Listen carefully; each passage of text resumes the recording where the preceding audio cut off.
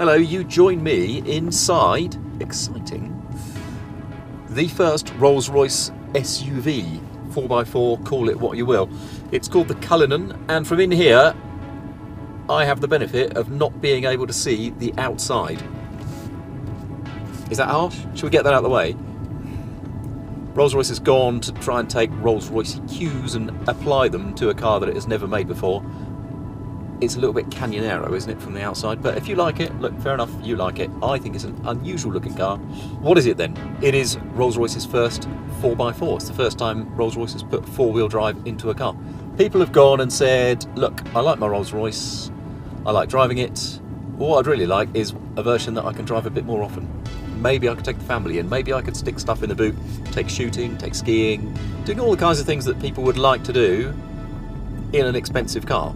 But nobody has ever thought to give them a really practical, expensive car. They refer to them as high net worth individuals. It's a pretty ghastly phrase, isn't it? But I think the thinking is, just because you earn loads of money, or you have loads of money, you don't necessarily want to spend your every waking hour in a Lamborghini Aventador. You want something practical. So here it is. It is based on Rolls-Royce's latest aluminium architecture, which is bespoke to the brand.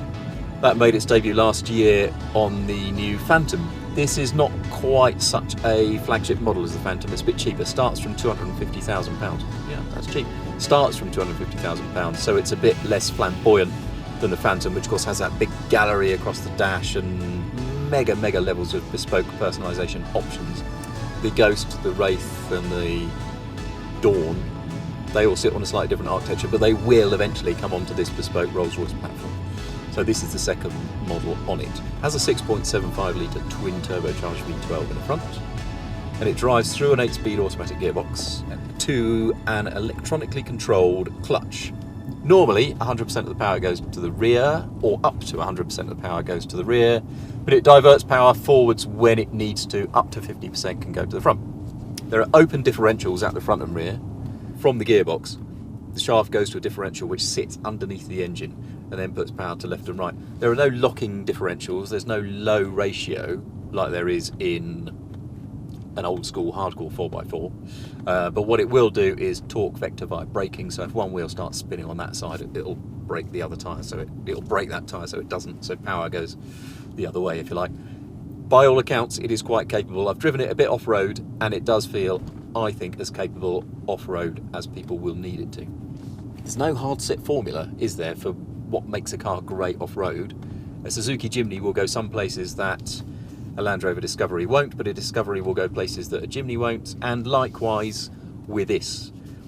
This 570 horsepower V12 makes peak torque from 1600 RPM. So if you're on a sand dune and you want loads of torque really quickly and to keep the wheels spinning and to keep the momentum up, actually this car's quite good at that. But it also weighs 2,700 kilos. 2,700 kilos. So there are places it won't go very far because it will just sink, whereas an old Suzuki SJ would just glide over. So anyway, that's the concept. What's it like? Well, it feels beautifully finished in the front here. It's priced at a bit more than a Bentley Bentayga, quite a bit more than a Range Rover, but those are probably its two closest rivals in ethos and price. In material quality, it's way above where a Range Rover sits. It's probably a little bit above where a Bentley sits. There might be sort of a bit nip and tuck in other places, but the fact that it's got the BMW sourced iDrive system, which is brilliant, and these dials are really nice. It's a great driving environment, a really nice driving environment, and it's also a very quiet one. I'm doing about 45 miles an hour and can't hear a lot, can you? You can barely hear the engine at any time unless you go full throttle. Tiny bit of wind noise, tiny bit of road noise, but really it's very quiet. It's the sort of car that most people will drive themselves, but there is the option of having 3 seats in the back or 2 seats in the back, and if you have the individual rear chairs, there is a little glass partition. To its easiest, if I hop in the back and tell you what it's like back there. So over to Matthew in the rear. Yes, thank you, Matthew. So welcome to the back of a Cullinan, where I get actually quite a lot of legroom. There's only one wheelbase in here, but there is loads of legroom. I got more than a hand worth of headroom. So this is the bench version, so you can seat 3 across, and they are electrically operated split. Now this is where it gets a bit complex.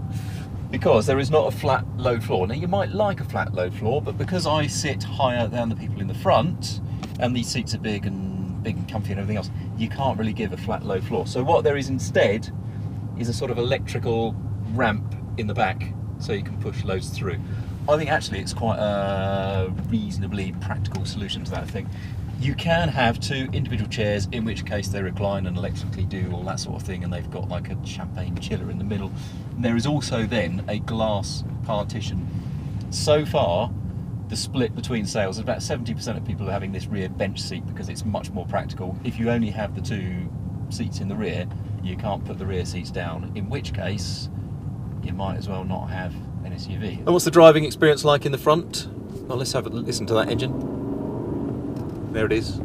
Sounds nice, sounds smooth. V12s are really smooth. The gear shift is really smooth. I don't get a choice about which gear to be in myself, but if I push a low button here, it kind of holds it in a low gear. Usually second if I push the off-road button here, and then if I turn stability control off too, that's when it puts everything in 50/50 four-wheel drive. It raises the body by about 40 millimeters, so it gives you 540 mil of weight depth, which is not bad. Rolls does think a lot of its buyers will use these cars off-road. They'll go ski resorts, they'll go sand duning, they'll go towing stuff a lot as well. But also, quite a lot of people who spend a quarter of or a third of £1 million on an off-roader live in places with quite a lot of grounds and tracks, so they might well just tool around their own estates as well. But on-road it is where it's supposed to be at, and the ride quality is very, very good. It's running on 22-inch wheels here. 21s or 22s are the options. It's 2 roll bars at the front, 2 anti-roll bars at the front, 1 at the rear. I think they've got this sort of 12-volt, not the 48-volt active anti-roll bar that the Bentley has, which applies a lot of torque to resist roll very quickly.